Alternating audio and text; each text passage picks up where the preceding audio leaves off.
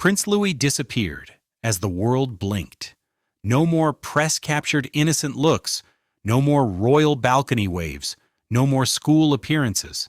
The monarchy's youngest light just vanished overnight. And right now? The palace verified. Why? Just moments earlier. However, their statements only provide half the story, because there is a trail of whispers, hidden documents, and one devastating choice that altered everything behind that statement. Make sure to subscribe so you don't miss any updates before we delve further into what this actually implies for the royal family. Royal viewing groups were filled with whispers for weeks. Initially, it appeared to be a straightforward mistake, either a child being kept away from the media circus or remaining at home due to a cold. However, when one incident after another unfolded with Prince Louis noticeably missing, those murmurs became pressing inquiries. What made the little prince so lively, no longer on the public stage, so adored? Then came the formal engagements, those ritualistic, meticulously planned, and profoundly symbolic moments. Beside his father, Prince George stood erect. Princess Charlotte smiled royally, as composed as ever. But the area where Louis's spark used to reside? Empty. No pictures, no explanation, not even a fleeting reference. When only 4 members of the Wales family appeared in 3 significant royal appearances, each of which was supposed to feature the entire family, concern gave way to uncertainty. The Commonwealth Day service comes first, next, the color trooping, and lastly, the ceremony on Remembrance Sunday. Louis was never present. The palace was silent each time, and every time there was more conjecture. Knowing how to read between the lines, the British populace knew something wasn't quite right. It was deafening to a monarchy so fixated on appearance. Was this a choice made internally? A health issue? A silent uprising by the Waleses? Or something far worse? The absence started to feel more like concealment than discretion. The moment that shocked everyone then arrived. Only a minute ago. The castle broke its stillness as headlines shouted over screens around the world. It was a succinct statement, clinical. It was almost too precisely expressed. It mentioned a period of protected time away from public life and a decision made for the young prince's well-being. However, that rhetoric wasn't consoling to people who understand how the royal machine works. It was written in code. Privacy wasn't the only issue here. This has to do with anything that had gone wrong. Absolutely incorrect, because there was a clear undertone hidden beneath the well-crafted phrases. Something cold, something urgent. The palace was demonstrating that the choice to keep Louis out of sight was permanent. Not only acknowledging his absence, it was the outcome of something more significant. There's something buried, something they had lost control over. If history has taught us anything, it is that the palace's decision to remain silent is always justified. This is hardly the first instance of a royal youngster being kept out of the spotlight. It has happened before, with disastrous results. There are long shadows behind the crown. Furthermore, it is rarely easy to get back once a child has vanished within them. But in order to really comprehend the significance of this disappearance, we must go back to the earliest indications that something was gravely, horribly wrong in the royal corridors. It was all caught on camera, yet nobody listened. When Prince Louis last stood next to his family on that famous balcony, his body language spoke louder than words ever could. Those forgotten moments now have a terrifying new significance in the wake of the palace's shocking confirmation. It appeared to be just another festivity at first glance. Waving to the adoring crowd, the royal family gathered in full view, their grins appearing well-practiced and groomed. One modest, nondescript individual, however, stood out. Normally gregarious and full of erratic charm, Prince Louis was oddly motionless. He continued to clasp his hands, which are frequently the cause of infectious mischief. His look? Nothing. Nearly practiced. Frame upon frame, the shyness that seemed like childishness is revealed to be something deeper that was subtly begging to be noticed. The video was then analyzed by a famous child behavior analyst. Those who listened were astounded by her conclusions. She claimed that Louis showed symptoms of emotional detachment, avoided making eye contact, tense stance, and the type of fidgeting that is not indicative of lighthearted restlessness, but rather of emotional uneasiness. She saw how his shoulders tensed each time a cheer came from below, and how he quietly leaned away from the audience. These weren't the behaviors of a kid having a good time. They were the unspoken warning signs that someone was having difficulty maintaining composure. Then Catherine appeared. Her graceful grin concealed any hint of worry from most. On rewatch, however, just one, stands out. A quick look, just a moment. Her gaze darted to her kid, but it was with concern rather than pride. Unmistakable but subtle. A mother checking in out of concern that something might go wrong rather than for assurance. And her mask slipped in that brief glance. The signal was even more alarming. Prince William moved slightly throughout the song, looking across the audience before focusing on one of his senior advisors, who was standing quietly behind the family. He gave a single, hard nod, and the assistant moved back into the darkness. At the time, nobody noticed. In retrospect, however, it is impossible to overlook the ramifications. Was there a scheduled line? A tacit directive to stop Louis's appearances after that day? According to insiders, William has previously taken matters into his own hands in order to keep his kids safe. Then there's what wasn't printed by the press. Strict instructions were issued to a few photographers who later confessed in confidence that they were sworn to royal protocol. No shots of Louis up close. Not a single shot. No lenses left behind. Hours before the event, one person even reported receiving a covert embargo request, a directive that, at the time, puzzled them. However, it suddenly fits flawlessly into a puzzle we weren't even aware we were putting together. That last balcony appearance was a solemn farewell, not just another regal custom, the kind that uses peaceful retreat, quietness, and glances instead of words. The palace was aware of the impending event. The family was aware. However, the people was allowed to applaud for a brief period that actually signaled the start of a vanishing. However, the signs continued beyond the balcony, as a developing storm was subtly escalating out of control within the palace. She made every effort to protect him from the crown itself, from pressure, and from procedure. Once regarded as the serene heart of the monarchy, Catherine turned into its most desperate defender, pleading with him to leave behind the immaculate walls of the palace. A separate story was being told inside the palace gates, where custom controls even the smallest whispers. It was about a mother's silent struggle against a machine that was too strong and well-maintained to permit deviation. Quietly, it started. King Charles and a few senior advisors received handwritten letters that were personal, unvarnished, and full of the type of concern that only a mother could express. Catherine begged for her kid to be spared in them. She didn't beg for sympathy. She begged for time, empathy, and a break from the never-ending show that was gradually destroying her child. Catherine described everything in those letters, but there was never a press photo. Emotional fluctuations at home, including unexpected and unjustified crying. Louis fell silent, his jovial laughter giving way to nervous whispers and subdued inquiries. She described how he refused royal instructors, how he shuddered at the sound of camera shutters, and how he started to hide when palace aides visited. There were no tantrums. It was an appeal for assistance. However, while seeing her son's internal breakdown, Catherine had to deal with the confining contradiction of her position. She was the future queen consort, in addition to being Louis's mother. Her actions carried political weight. Every request was examined, and the resistance grew more desperate as she did. She was cautioned by palace advisors that removing Louis would lead to rumors, headlines, fear. Silence was demanded. They suggested exercising control.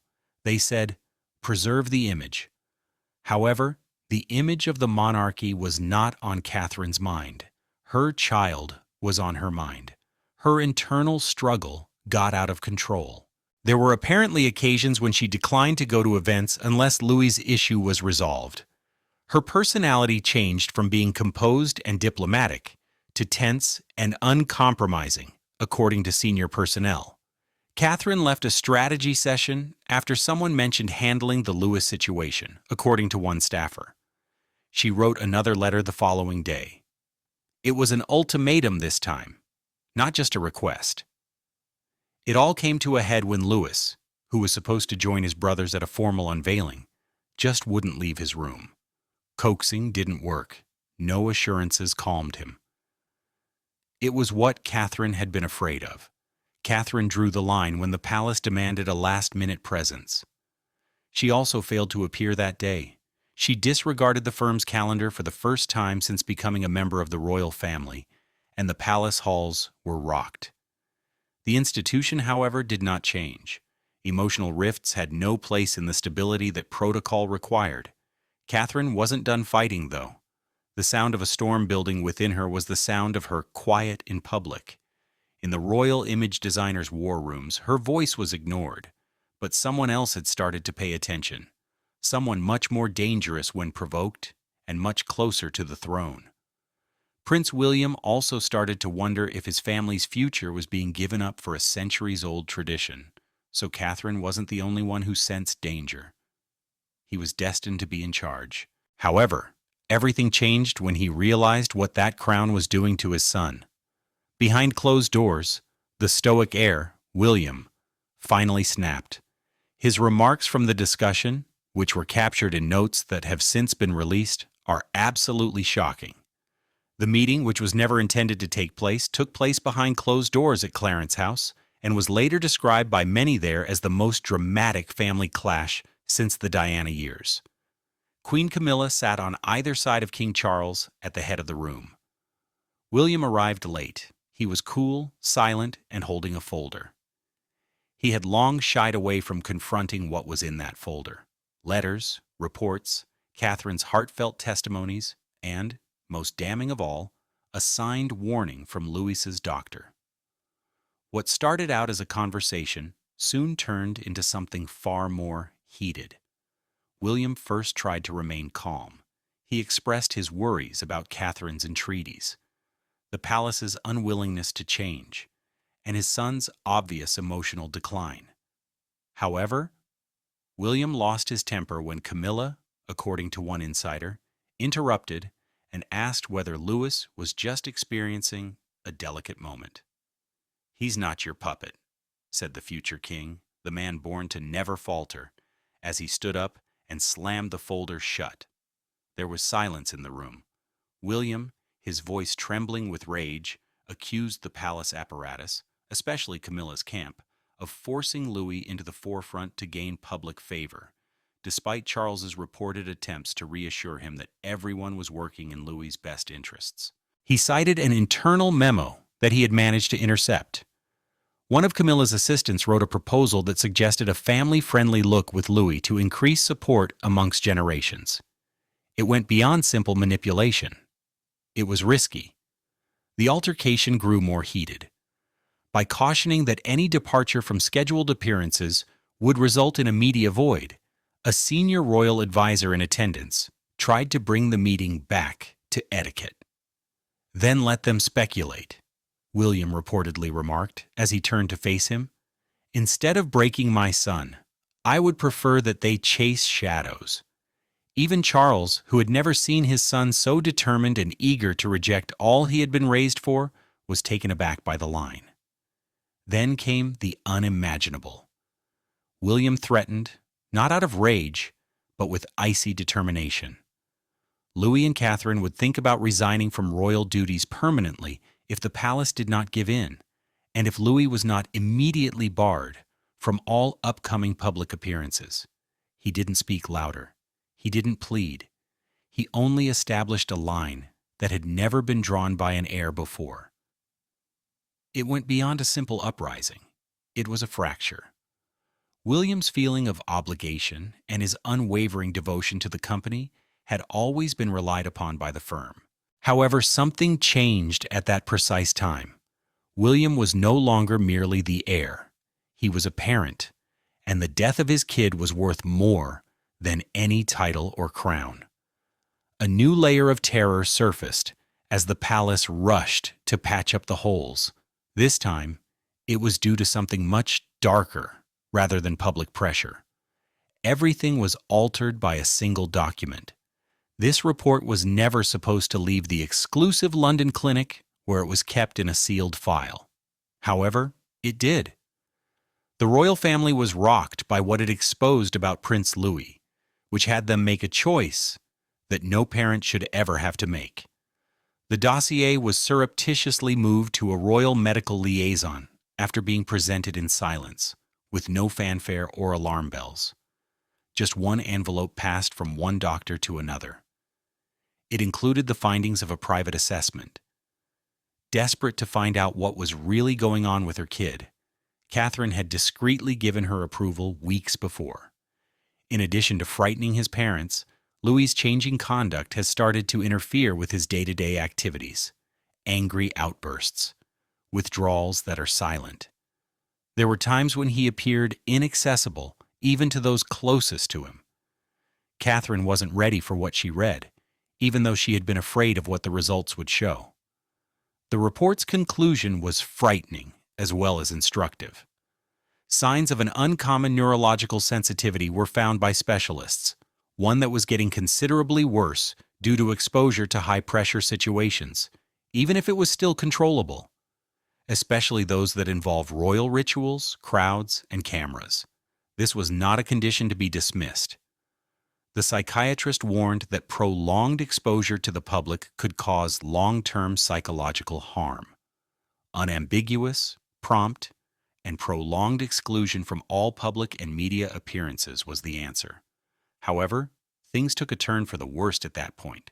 Instead of taking immediate action, the report was discreetly forwarded to the palace's internal communications and optics staff, whose responsibility it was to preserve the crown's reputation rather than safeguard minors. They came to a halt. There were scheduled meetings. Risks related to public relations were evaluated.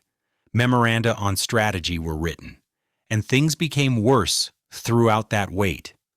Louis grew more reclusive, agitated, and difficult to console. Catherine was aware that the palace was prioritizing perception over security. What transpired was one of the most painful and secret events in the monarchy's contemporary history. Catherine was given a follow-up copy of the report while she was alone in her Kensington apartments. She read it over and over again, becoming more shaken each time. Insiders claimed that she broke down in tears, unable to comprehend how people in her immediate vicinity could justify putting her son in danger for the sake of appearances. She canceled all of her plans for the next week that evening. She closed her door and went completely off the grid for the first time since her wedding. Panic started to spread behind the scenes. Alarmed by the lack of action, the doctor allegedly cautioned the palace that more delays would be unethical. The pressure increased. Unquestionable evidence was now in William's possession, and he was still in shock from the encounter with his father and Camilla. It was impossible to ignore or spin-doctor the medical fact that had come. However, another fissure emerged as the crown prepared for the impending storm. One nobody anticipated, because portions of the report had already been leaked.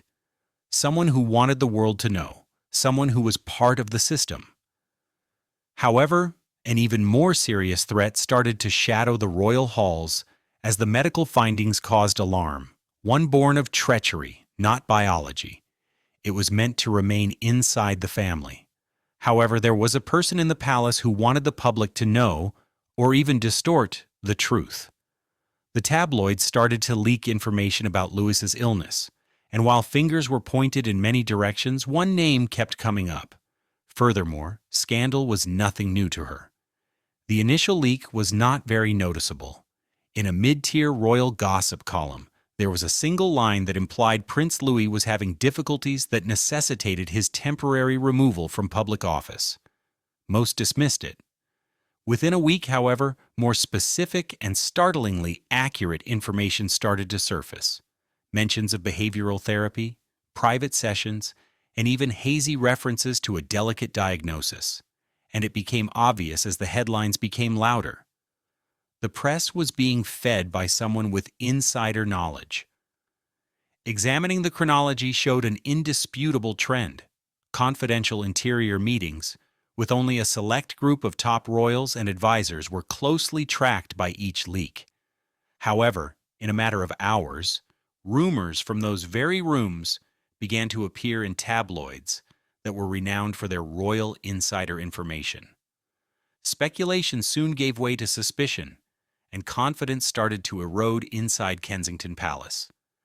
The fact that it was increasingly thought that the source wasn't just anybody made things worse. There were rumors that documents that should have only been available to William and Catherine's close circle were accessible to Camilla's communication staff, which was well known for their aggressive press approach. There were rumors that a senior employee who was devoted to Camilla had looked at confidential documents related to Louis's health. If accurate, it was sabotage masquerading as spin rather than merely a violation. Catherine's inability to keep quiet and her request for a private meeting with Camilla marked the tipping point. A senior home aide described the environment as cold. Catherine remained silent. She made no direct accusations. However, her remarks were harsh. "This time, you've gone too far." There was no altercation between the two royal ladies. Everyone in the room understood that it was a mother drawing a line. A few days later, the Queen's press secretary resigned without warning. No justification, no parting words, just gone. Royal analysts pointed out that the time wasn't a coincidence. Charles allegedly gave the order for an internal investigation behind closed doors. However, the findings were never made public, as is the case with many royal investigations. It was a privacy issue, according to the palace. It was damage control, according to some. This was the last straw for William. He moved quickly, already shaken by the systemic inadequacies to protect his son. A number of aides who were thought to have connections to the leaker were kicked out of Kensington operations for good. They blocked access. Briefings were limited. Additionally, William and Catherine started having important meetings off-site for the first time. Away from the palace gates they no longer trusted. This betrayal, which cut the heart of a family already collapsing under stress, was more than just a leak. Even if the monarchy made an effort to limit the harm, the world could now see the fissures. The last blow, however, came from a whisper outside the royal gates rather than from within. She was Louis's confidant, the one constant in his life and now his unanticipated ally. It was never intended that Louis's former nanny's private notebook would be discovered. Once discovered, however, it exposed realities too difficult to ignore, and a side of royal life the world had never known existed. It was an unintentional discovery. In a little-used storage area on the Sandringham estate, a retired former royal staff was going through an old set of bags. Nestled between a faded toy and folded children's clothes in one of the abandoned suitcases was a little leather-bound diary. The writing was solid but delicate. Its pages, unprocessed, sincere. And it was explosive as it happened. The notebook belonged to Louis's previous full-time nanny, a Lady Catherine personally selected and trusted above the usual staff protocol. She had poured her heart out in those pages, not just about her relationship with the young prince, but also about the disintegration she had personally seen. There was no audience in mind when writing the entries. No one was supposed to hear their musings, confessions, and pleas for assistance. Louis had intense, disturbing dreams. According to one early entry, he had informed her that he disliked wearing the same clothes as his brothers because it made him feel like a statue and that he was afraid of people observing him from the walls. She described how he clung to her in the nights and begged to stay with her rather than attend royal rehearsals. It wasn't rebellion. Fear was the cause. The journal also documented the consequences of that last balcony appearance. Plain and simple. Louis started avoiding eye contact, hiding under his bed when staff members arrived, and talking to himself when no one was there, according to the nanny, who also mentioned a discernible shift in Louis. She mentioned that one particularly unpleasant night Catherine had confided in her. Together they had shed tears, not as employees and employers, but rather as two mothers witnessing a kid being shattered by obligation. Weeks later, however, the entries were possibly the most unsettling. An unidentified senior royal's late-night visits were documented by the nanny. She characterized the presence as icy, authoritarian, and always unexpected, but she never verified who it was. She penned, Bluey. Would frequently cry after these encounters and express his desire to not be their little soldier. Any reader would have shuddered at the ramifications alone. Only a few days before the nanny left the palace, the last paragraphs were penned. Her writing had become increasingly chaotic and frantic by that point. The final, hastily scrawled line said, "He's safest in silence." These 6 words now have more impact than any formal declaration ever could. After the nanny's reality was discovered, the palace was forced to deal with the fallout, which resulted in the startling confirmation that had just upended royal custom. There was only one well-crafted paragraph sent to newsrooms around the world, with no pomp or emotion. Beneath the icy formality of the palace's official statement, however, is a decision that tells more than it hides, and a story that is yet to be told. Just after sunrise, it appeared in inboxes with the sole purpose of providing clarification on recent rumors. It was a succinct statement, no more than 6 lines. It mentioned a short-term change to Prince Louis' public appearances in order to promote his continued emotional growth and well-being. No specifics were provided, no doctor names, no justification for the cause. Just ambiguous assurance disguised in neutral language, intended to soothe without admitting guilt. And that kind of prudence says a lot in the realm of royal communication. Like a flare amid a fog, the term emotional wellness popped out. No diagnosis was made. It wasn't a recognition. A placeholder was used. A well-crafted phrase that conveys a message without actually saying anything. Insiders recognized the strategy right away. The palace resorts to vagueness when it seeks power.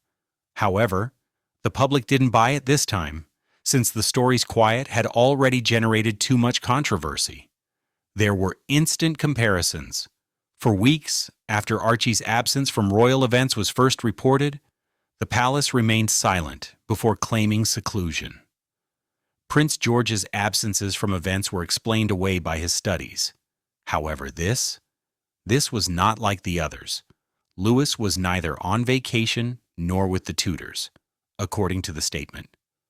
For many, it felt like a warning sign disguised as sympathy, since it put him in a murky area of indeterminate vulnerability. The responses were quick and divided. The Wales family was commended by some for prioritizing their son's welfare. Others were incensed, demanding openness and wondering what the monarchy was concealing, despite the weight of history. Social media was ablaze with conspiracy ideas, with hashtags conjecturing anything from internal exile to hidden disease. And despite everything, one thing stood out. William and Catherine did not say anything of their own. A new storm was sparked by their silence, which was louder than any press release. Royal analysts pointed out that the pair had always managed to speak to the public despite previous scandals, divorces, health issues, and public attacks. But nothing now, not even a picture, not a gesture. Invisibility was the choice made by the most prominent royal dynasty in contemporary history. With it, the world was invited to make its own judgments. Louis's future is still up in the air. When, if at all, he would return to public life was not mentioned in the palace statement. Royal duties are not mentioned, not even a trace of succession planning. Once beloved as the monarchy's playful darling, the boy was now discreetly taken off the stage, a shadow in place of a smile. Although the formal word has been given, one last development could indicate that Louis's disappearance was a prophecy as well as a matter of safety. A weird prophecy can be found buried in the forgotten archives of a late queen's confidant, one that feels terrifyingly real now, but once felt like poetic nonsense. The crown will be shaken by the youngest's quiet as he bears the burden. Was the removal of Prince Louis predetermined? It is said that Queen Elizabeth had a private contact with a discreet spiritual advisor long before Prince Louis was born, even before William and Catherine were married. Although her existence was never formally recognized, she subtly influenced some of the Queen's most intimate choices. A passage that has lately appeared was concealed deep within Windsor's sealed estate collection, among the dusty journals of this character. Once written off as harmless mysticism, its contents are now being re-examined with eerie urgency. It contained cryptic warnings and was written just weeks after Prince Harry was born. Shadow will struggle with the air. The light will drive despair away. However, the load that no one can name will fall on the youngest unseen. Royal archivists thought it was a symbolic reflection at the time, maybe in reference to Charles's future ancestry or as a metaphor for family heritage. However, the similarities have become unavoidable since Louis vanished. Queen Elizabeth's interest in this counselor was more than just a whimsy. She frequently invited the spiritual confidant to Balmoral for private readings, according to insiders. Even more shocking is the persistent rumor that the same seer once foretold Princess Diana's decline in royal favor, which has never been formally confirmed. In addition, Charles's marriage eventually fell apart. According to a second journal entry from Catherine's first pregnancy, there would be a third child, clear and chaotic, who would vanish to safeguard what others are afraid to mention. There's more. According to unpublished passages from a conversation between Elizabeth and Catherine that a now retired lady-in-waiting recorded, the Queen warned her granddaughter-in-law that there would be a long period of stillness. "It will not be your first child who carries the name," she allegedly remarked. "The third will bear the burden that none of us ever chose." Catherine was reportedly perplexed and even amused at the moment. Those remarks have a disturbing resonance today. Why was the public never made aware of this prophecy? Some claim it was purposefully buried because it was too risky or strange to discuss. Others think it was forgotten and allowed to decay in pages that no one was willing to read. However, if the prophecy and the pattern line up, Prince Louis's absence was more than just a crisis response. No matter how hard they tried, none of them could stop the long-foreseen event from happening. Was this destiny coming to pass? Or was it planned by people who moved to carry out the prophecy because they believed in it? Did Louis have protection or muted? Did the monarchy utilize the story as a cover for something more sinister, or did it succumb to mysticism? As a result, the mystery gets deeper. Not because there is a definitive solution, but rather because a new query keeps coming up in the historical corridors. When it falls on the defenseless, what price does the crown demand? I appreciate you watching. Remember to subscribe and like, and we'll see you in the next one.